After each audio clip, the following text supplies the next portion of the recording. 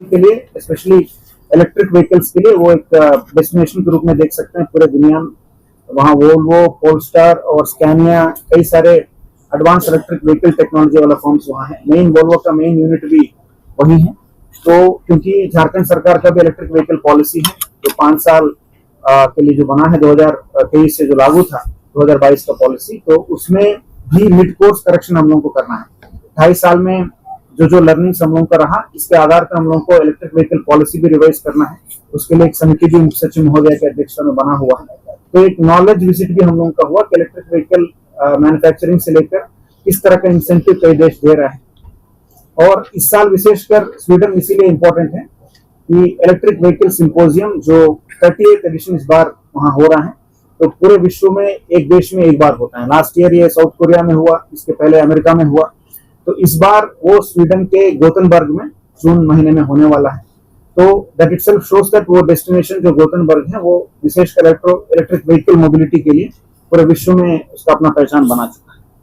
तो इसी उद्देश्य के साथ हम लोग विजिट किए। तो 5-6 उद्देश्य हम लोगों का मेन था, other than attracting foreign investment leads, green technology partnerships को एक्सप्लोर करना, वहां के बेस्ट प्रैक्टिसेस से जितना सीख सकते हैं वो सीखना, और जॉइंट वेंचर्स और नॉलेज ट्रांसफर पार्टनरशिप के लिए भी कुछ आगे कदम रखना, और इन्वेस्टमेंट अपॉर्चुनिटीज को प्रेजेंट करना। झारखंड का इन्वेस्टमेंट पॉलिसी ऑलरेडी है JIPBP, और इसके साथ साथ विविध पॉलिसी हैं, कई सारे इन्वेस्टमेंट पॉलिसीज हमारा है, पॉलिसीज प्रेजेंटेशन करना भी इसमें उद्देश्य रहा।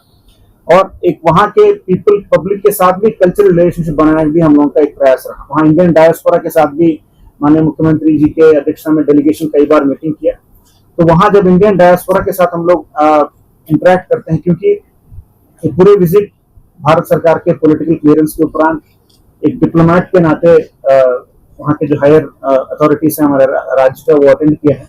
तो न केवल वो झारखंड बल्कि पूरे देश को भी रिप्रेजेंट कर रहे हैं। तो एम्बेसी के साथ हम लोगों का सभी कार्यक्रम कोऑर्डिनेट होकर हुआ है। तो अगर आपको प्रेजेंटेशन नहीं दिख रहा है तो मैं आपको फोटोज भी सर्कुलेट करूंगा। इसमें फर्स्ट डे हम लोग जो विजिट किए हैं, क्योंकि वो ईस्टर वीक है, तो ईस्टर है, विशेष दिन है वहाँ, स्पेशली यूरोप के लिए।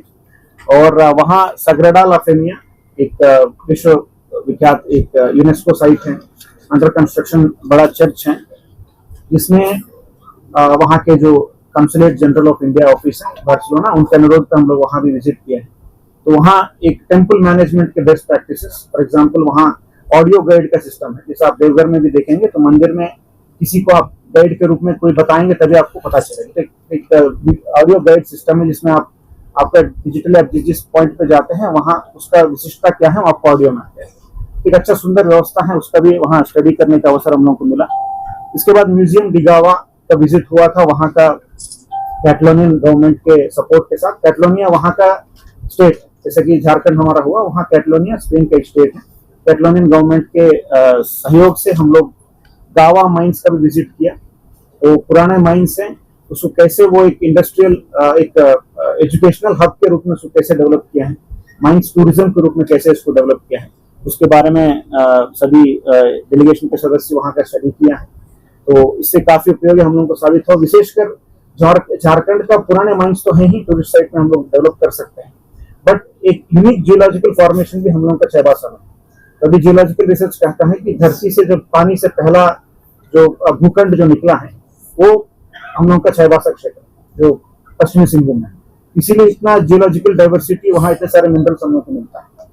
तो उसी पे मुख्यमंत्री महोदय भी यही किया कि उसमें क्या हम लोग को ऐसे जियोलॉजिकल म्यूजियम डेवलप कर सकता है जिसमें इस तरह का हम लोग एक इन्वेस्टमेंट करते हुए। तो इस पे कुछ अच्छा वहाँ लर्निंग हम लोगों को मिला।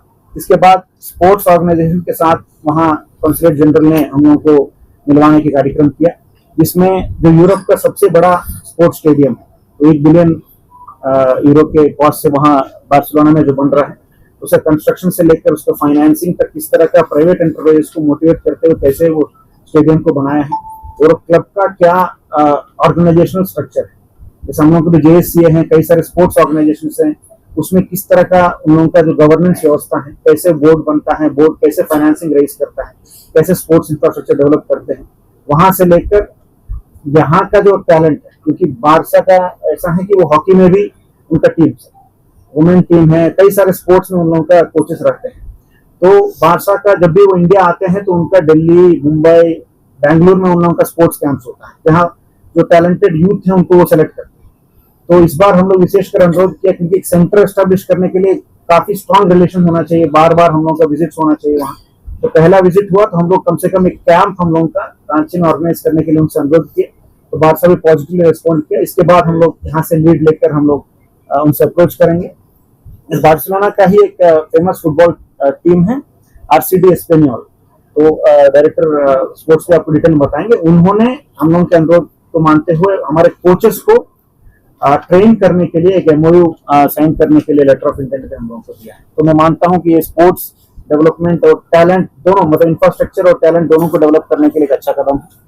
इसके उपरांत हम लोग बार्सिलोना में फिर इन्वेस्टर्स मीट किए, विशेषकर इंडियन डायस्पोरा के साथ। कई सारे इंडियन ओरिजिन के व्यक्ति वहाँ काफी सक्सेसफुल सीईओ के रूप में काम कर रहे हैं, स्पेशली मेडिटेक फार्मास्यूटिकल्स में काम कर रहे हैं और आईटी सेक्टर में काम कर रहे हैं, और इनोवेशन इकोसिस्टम डेवलप करने में कुछ स्पेनिश सरकार को भी कुछ लोग मदद कर रहे हैं। तो उनसे डिटेल इंटरेक्शन हम लोगों का हुआ, वहां भी उन कंपनीज के डिटेल्स हम आपको नोट में दिए हैं।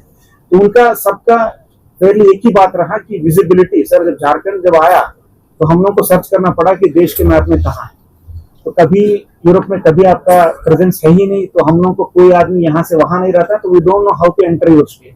अब हम आपके कैपिटल में आएंगे तो किनसे बात करना है, कैसे करना है, हम लोग को कोई आइडिया है ही नहीं। तो एक इम्पोर्टेंट है एक ट्रस्ट बिल्ड करने के लिए, इसीलिए उनके तरफ से भी यही अनुरोध आया कि विजिबिलिटी बने रही और हम लोग लगातार कांटेक्ट में रहेंगे और हम लोग यहाँ स्टार्टअप इनोवेशन इकोसिस्टम को डेवलप करने में मदद करेंगे। क्योंकि अगर आप देखेंगे तो स्टार्टअप पॉलिसी झारखंड के लिए अभी एकदम कोई अभी लागू नहीं है। इसमें भी कई सारे इनपुट्स वहां से हम लोग लिए हैं। जो कोई नया एंटरप्रेन्योर कोई स्टार्टअप करना चाहते हैं, very innovative R&D research point से कोई अगर रिसर्च करना चाहते हैं, तो उसके लिए फाइनेंसिंग के लिए सपोर्ट करने के लिए कोई हम लोग के पास स्टार्टअप पॉलिसी अभी एक्टिव नहीं है। तो स्टार्टअप पॉलिसी बनाने में भी कई सारे इनपुट्स हम लोगों से हम लोग को मिला है। तो इसी के साथ साथ वहाँ चेक रिपब्लिक के एक टेस्ला ग्रुप है, वो बैटरी मेकिंग कंपनी है। Don't confuse it with Tesla of American group, वो टेस्ला दूसरा व्हीकल्स बनाते हैं, इलेक्ट्रिक व्हीकल्स। ये बैटरीज बनाने वाला कंपनी है, they are the earlier Tesla group, तो यूरोप में एक्टिव है। तो उनके रोमानिया में एक प्लांट उनका ऑलरेडी अंडर कंस्ट्रक्शन है, इसके बारे में उन्होंने प्रेजेंटेशन भी डेलीगेशन के सामने दिया और उनका ऑफर रहा कि रोमानियन के बराबर प्लांट हम लोग झारखंड में भी एस्टेब्लिश करेंगे। But they didn't disclose it, but they are already in discussion with another state government. तो उनका ये कहना है कि हम लोगों को वहाँ फ्री लैंड चाहिए और उनको स्टेबल इलेक्ट्रिसिटी चाहिए, और इंसेंटिव्स भी हम लोग दूसरे स्टेट के साथ डिस्कस कर रहे हैं। तो अगर उसको आप मैच कर पाएंगे तभी हम लोग वहाँ इन्वेस्ट करेंगे। बट इन प्रिंसिपल हम लोग को लेटर ऑफ इंटेंट वहाँ से मिला है। तो हम लोग का, क्योंकि हमारा भी इंसेंटिव पॉलिसी जो है वो सभी कंपनीज के लिए बराबर है, एक विशेष कंपनी के लिए हम लोग अपना ट्रीट नहीं कर सकते हैं, तो हम लोग का भी अपना लिमिटेशन है। लेकिन और नेगोशिएशन चलेंगे जब तक वो हमारे इंसेंटिव पॉलिसी के अंतर्गत अगर वो फिट करते हैं तो उसका इन्वेस्टमेंट हम लोग राज्य में ला सकते हैं। ये बैटरी मैन्युफैक्चरिंग है, तो छोटा बैटरी को चाइना से इंपोर्ट करके बड़ा बैटरी मैन्युफैक्चरिंग सिस्टम तैयार करते हैं, जो हमारे जो कंपनीज हैं स्मॉल एंड मीडियम एंटरप्राइज से उनके बैकअप के रूप में वो बैटरी सिस्टम्स काम करेंगे। इनका कहना है कि इनको टाटा कंपनी से एक बड़ा ऑर्डर एक मिला है, तो that's why they are interested to venture in Jharkhand और some other state, they are not disclosing.